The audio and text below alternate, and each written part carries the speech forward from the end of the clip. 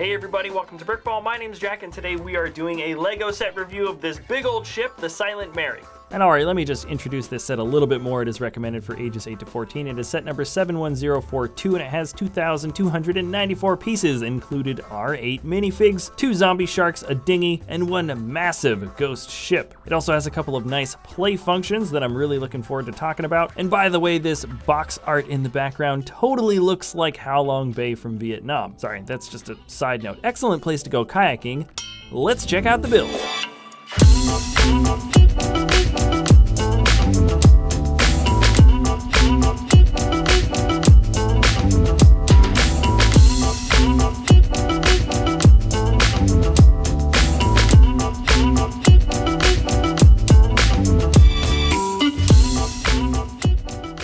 And here it is, the Silent Mary, one massive ship, and well, a ghost ship at that. Normally these things are made of some gigantic single pieces with a lot of bricks built on top, and the hulls are supposed to be extremely sturdy. But of course, because this thing is, well, a ghost and most of the wood has rotted away, you have to build the frame itself, and that makes things, at least on the surface, feel a little bit less sturdy. Granted, it is actually quite a strong build that we're looking at, but all of the nice rotted away detailing is certainly wobbly, and you kind of have to know how to pick up and handle this thing if you don't want a bunch of tiny little chunks breaking off. Anyways though, the look of this ship is absolutely incredible. Our main color combinations are gold, the pearl gold mold. Those are not any printed on or chrome pieces, and that mixes in nicely with the olive green. And then we have different shades of brown that come from reddish brown, dark tan, and then even some sand green highlights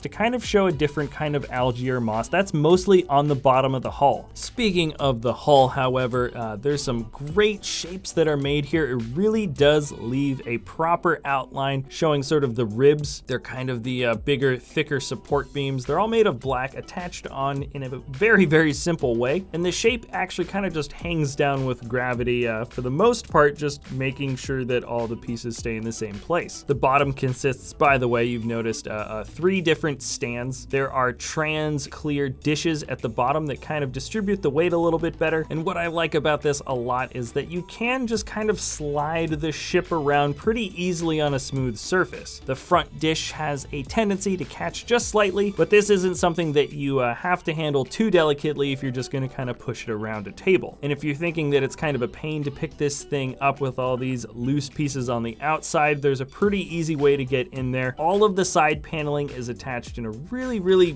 well, simple way. It's right here, just with some clips, and you can flip up the sidewalls and handle the Technic body directly. Now I'm going to talk a little bit more about the aesthetic beauty of the ship, but first let's get into its featured function in the build, and that is its ability for, well, it to kind of split in half. I'm not sure if the ship should be undulating like it's a living creature, or indeed if this thing is just breaking in half, but the front section is connected by 4 very strong ratcheted Technic pieces here, and when they are combined together, they have more than enough strength to lift up the entire front half of the ship. You can ratchet it up on one point like this, or heck, you can even bring it all the way up to the second point. No more than 3 though. I think the angle is more than enough, as you can see, and also we have this second function where you can break the mast forward. This is what makes me think maybe the ship itself is just kind of in a break in half motion. This creates something like a 30-degree angle, and with the ship coming up like that, it's still relatively well balanced, and this is a great way to keep this Silent Mary as kind of a fun way to display. You have sort of 2 options this way, which is a lot more fun, especially with having the extra added feature of being able to break down the center mast. Let's look at that function really quick. There is just this single joint piece where you can just kind of bend the mast down. So you can either have the mast angled from one side to another or breaking down halfway. At a certain point, gravity just does the rest and the whole mast comes down on its own. I have a suspicious feeling that over a long period of time with this set, this might become a loose joint, and looking down at the mechanism itself, you could easily add a couple of more cylinder pieces, which would serve to reinforce quite easily. I honestly don't think this area of the ship looks particularly great, but once again, it's an extremely easy thing to just kind of custom modify on your own. Anyways, I think both of the sort of transformation functions in the ship work extremely well. Let's take a look at some of the nicer detailing that we find around the ship. In the back, we have our bridge, of course, with the spinning wheel. Salazar fits in there just right. There are posable turrets with these kinds of nice sort of towers or spires that stick up. And if we take a look at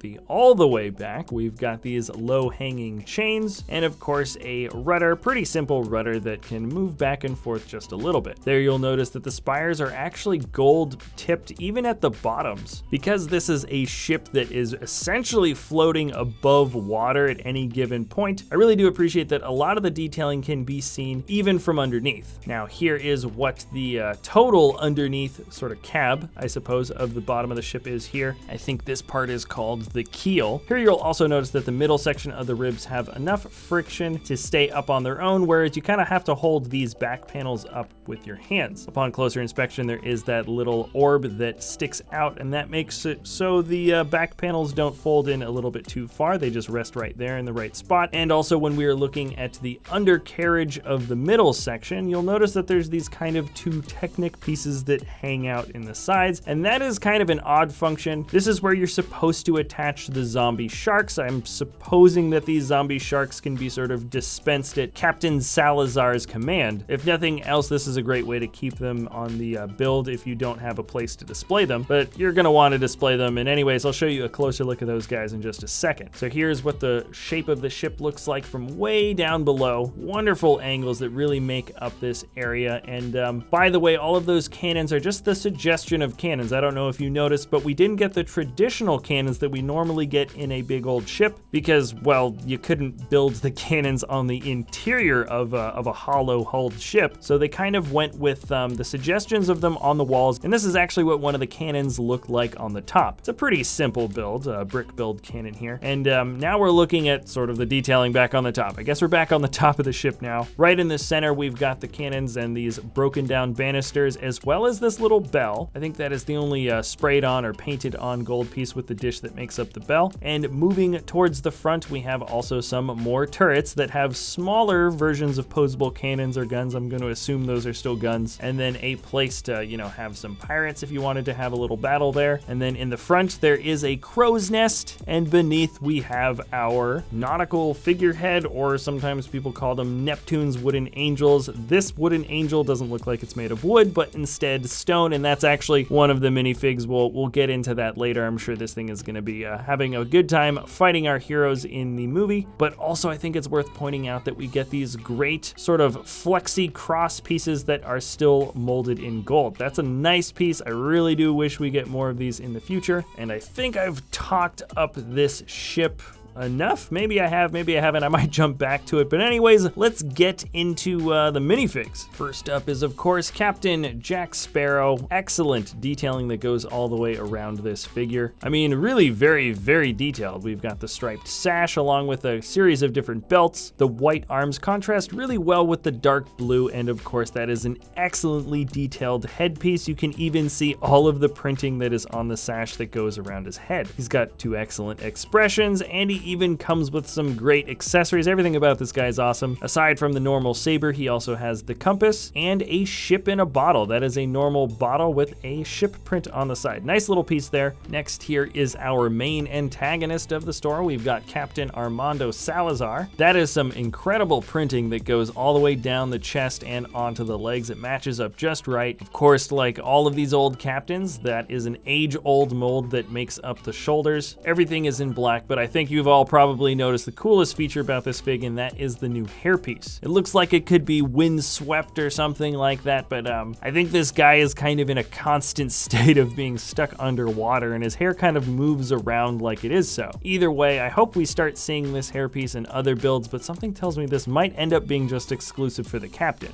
Only time will tell. Next up is Karina. I don't know much about this character except that she's supposed to be very good at astronomical sort of direction and math, and she comes with this nautical instrument. Great printing that makes up the dress. It goes all the way down the front, and this is what it looks like on the back. It's kind of one of those corset deals. Nice expressions that make up the face, a little bit of freckles on there. And Karina also comes with this book. I believe that is an exclusive print that makes up the front cover, and this 1x2 also has some great sort of navigational or maybe incantational things on the inside. I think this is all for navigating through the ocean. Looks like a lot of math stuff. Anyways, it's a nice print, and we're moving on to another bad guy. Lieutenant Lazaro is actually the only villain, well, the only bad guy in this set that has any color to him. And even at that, it's just a dark tan that makes up the long coat that is printed onto the legs, just like our captain. The lieutenant has some nicer detailing that makes up an eye patch, and I believe that is exclusive printing that goes onto his hat. He, just like the captain, also comes with this black saber. I think that black saber is not normally molded in that color, and altogether he looks like a pretty complete and intimidating pirate. Here is Henry. This is a minifig that has a printing on the torso that just feels way too good to have no printing on the legs. The detailing that makes up the vest in particular is absolutely awesome, and we even have some great sort of very subtle shading for the shirt that goes on the inside. You can see sort of the folds where it is tucked around with the belt that's going there. Lots of great stuff that's going on. Even the back of the print is awesome. And then there's absolutely nothing for the pants. I just feel like there could have been something. It almost feels a little bit weird that there's nothing on the legs. I don't know. I guess that's the one thing that I'm really nitpicking here, but he has an excellent mold for the hair, some great expressions. Not entirely sure if those are exclusive to the character. I don't believe they are, but a pretty good looking dude. And now let's take a look at the Silent Mary Masterhead. This is the figure that should just be made of stone and sitting at the front of the ship. The whole figure is a solid dark gray with a gunmetal larger sword. We have a lot of nice cracked detailing that makes up the body. You can see there's printing that is supposed to be some sort of sash, and underneath maybe even scaled armor and just a little bit of sort of algae buildup. The two expressions definitely showed that this figure is going to be animated up. Next up is Officer Magda. His most distinctive feature is, of course, having the trans clear leg, which is to show that his ghostly form is missing a leg even in the afterlife. Similar printing that shows the gray coat that goes all the way down the body. Of course, it's a little bit more torn on the legs. And one thing that I really appreciate is that he comes with that classic old pistol piece. It's an extremely old piece, but it comes in a new gunmetal mold, which I don't think we've gotten before. Also, by the way, this guy can have a multitude of different accessories. There were a few extras, so he can also hold 2 pistols, or you could have him holding 2 sabers, or heck, you can even have 2 brooms in black. Anyways, I think you get the point. Let's check out the very last guy. This is Officer Santos, and instead of just having one leg, this guy doesn't have any. The ghostly bottom section of his body is not an exclusive set of colors for that mold. I believe the floating Spectre guy from the Monsters minifigure collectible series had that too. His coat is also ripped up a little bit before it gets down towards the waistline, which of course negates having to print it onto the lower half. His expression is a bit disgruntled, and he, along with the other officers and lieutenants and captain, all kind of have a similar set of prints for the faces, of course, just different expressions. And with that, these are all of the figs. Let's check out, there's actually a couple more things. We've got our zombie sharks. This is one of the best original molds I've seen for an animal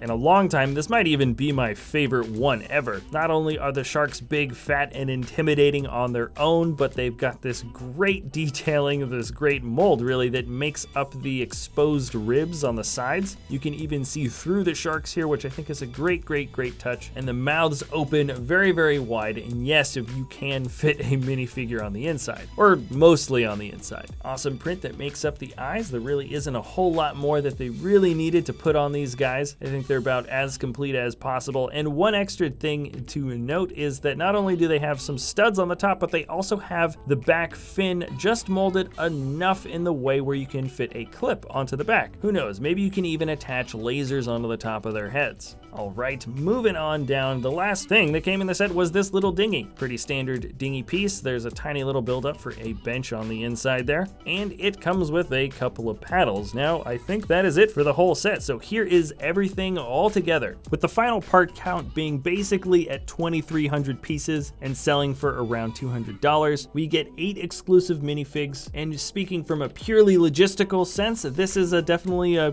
decent bang for your buck set, but honestly, this is so cool. It wins in so many sort of unique factors. This is the only ghost ship we've ever gotten from LEGO, and it is one of the largest ships, by the way. The biggest one was the Imperial flagship, and this is, I think, only 7 centimeters shorter than that. The external detailing really does give off a wonderful dark and eerie leave feeling. And I think the designers rode that line between sort of accessibility, playability, and great looks very, very well. You don't see a whole lot of exposed Technic, or hardly any at all, and the only thing that you really see here are the ratcheted joints that allow for this thing to bend in half. That is barely a ding, and I feel like anything I find fault with at this point is on the most minor of scales. This really does feel like such an awesome set, and I'm confident in saying that this is the first truly great LEGO builds that we've gotten in the year 2017. So far, that is.